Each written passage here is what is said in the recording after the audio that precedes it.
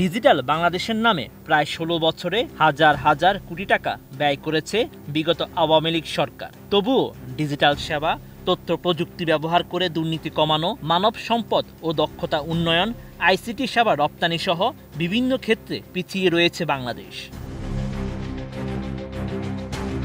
ICT বিভাগের হিসাব অনুযায়ী ২০০৯ থেকে ২০২৪ সাল পর্যন্ত বিভাগটি ৫৩টি প্রকল্প ও ৩৪টি কর্মসূচি নিয়েছে, যার মধ্যে ২২টি প্রকল্প এখনও চলমান। সব মিলিয়ে ব্যয় প্রায় ২৫,০০০ কোটি টাকা। এর বাইরেও বিভিন্ন মন্ত্রণালয় ও বিভাগ ডিজিটালাইজেশন ও সংক্রান্ত প্রকল্প রয়েছে। ডাক ও টেলিযোগাযোগ বিভাগের নেওয়া প্রকল্পের ব্যয় ৪০,০০০ কোটি টাকা। আইসিটি বিভাগের কর্মকর্তারা বলছেন, এ বিভাগে এমন অনেক প্রকল্প রয়েছে যেগুলোর তেমন কোনো সুফল নেই। সম্ভাবনার নামে গাল গল্প শুনিয়ে অবকাঠামো নির্মাণ করা হয়েছে। দেশি বিদেশি বিনিয়োগ এসেছে প্রত্যাশার চেয়ে অনেক কম। প্রশিক্ষণের নামে শত শত কোটি টাকা ব্যয় হয়েছে, তাতেও সুফল কম।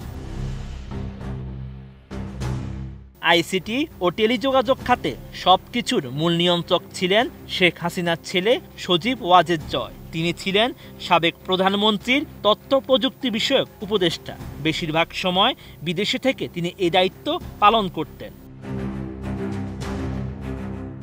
২০২২ সালের ডিসেম্বরে সজীব ওয়াজেদ জয় ফেসবুকে এক পোস্টে লিখেন, ১৩ বছরে তথ্য প্রযুক্তি খাতে বাংলাদেশের ব্যাপক উন্নতি হয়েছে। প্রত্যন্ত গ্রামেও বর্তমানে ডিজিটাল সেন্টার থেকে সেবা প্রদান করা হচ্ছে।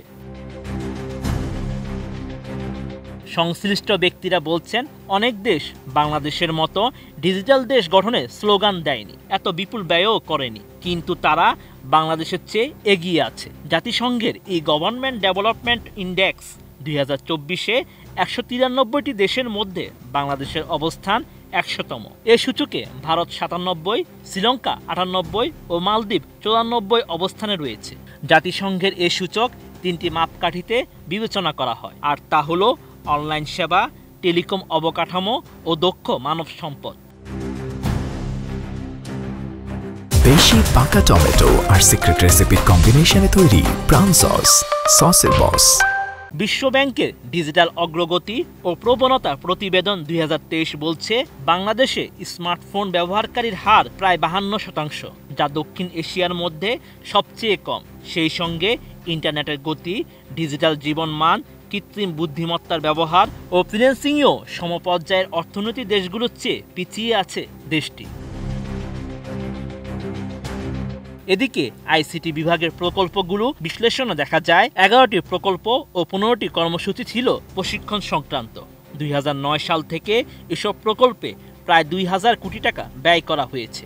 ফ্রিল্যান্সিং প্রশিক্ষণ, ভাষা প্রশিক্ষণ, সাইবার প্রশিক্ষণ, ডিজিটাল লিটারেসি প্রশিক্ষণ ইত্যাদি নামে বছর বছর প্রকল্প চলত।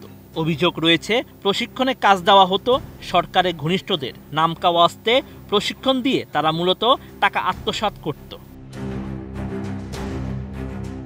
তথ্য প্রযুক্তি খাতের সংগঠন বেসিসের সাবেক সহসভাপতি ফারহানা এ রহমান বলেন, প্রায় ১৬ বছরে আইসিটি খাতে বেশিরভাগ ক্ষেত্রে দলীয় কিছু প্রতিষ্ঠান আর ব্যক্তির উন্নতি হয়েছে। এ বিভাগে প্রত্যাশা অনুযায়ী এগোতে পারেনি। আইসিটি খাতে $৫০০ কোটি রপ্তানি আয়ের গল্প শোনানো হয়েছিল, তা ১০০ কোটিও নেওয়া যায়নি।